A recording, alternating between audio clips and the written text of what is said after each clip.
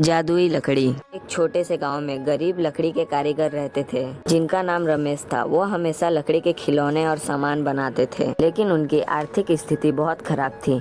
जब वो एक दिन जंगल में लकड़ी काटने गए, उसने एक चमकदार छड़ी देखी। वह छड़ी इतनी सुंदर और अनोखी थी कि रमेश ने उसे घर लाने का निर्णय लिया। घर जाकर रमेश ने उस छड़ी से कई सारी चीजें बनाई और आश्चर्यजनक रूप से वह चीजें एकदम सटीक बन रही थी। छड़ी की जादुई ताकत से बनाई हुई चीजें न केवल सुंदर होती थी, बल्कि वो लोगों को भी बहुत पसंद आती थी। गांव के लोग उसकी कला देखकर चकित हो गए और धीरे धीरे रमेश की गरीबी भी दूर होती गई। रमेश ने अपने जीवन और छड़ी के जादू से अपने जीवन को बदल दिया, लेकिन उसने कभी भी और किसी को भी छड़ी के जादुई ताकत के बारे में नहीं बताया। एक दिन एक छोटे लड़के ने रमेश से पूछा, क्या आपकी कला में कुछ खास बात है? रमेश मुस्कुराते हुए बोला, खास बात यह है कि मैं अपने काम में निष्ठा और प्यार डालता हूँ।